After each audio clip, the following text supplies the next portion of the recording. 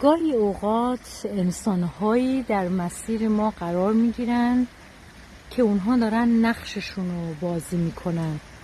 اون نقشی که بازی میکنن درس ما هستش.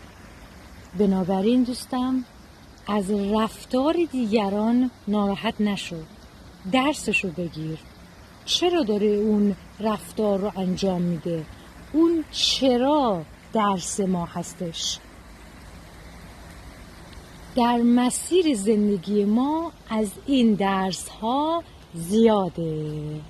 پس آگاه باشیم که چی قراره بشنویم و چه عکس‌العملی و رفتاری قراره از خودمون نشون بدیم.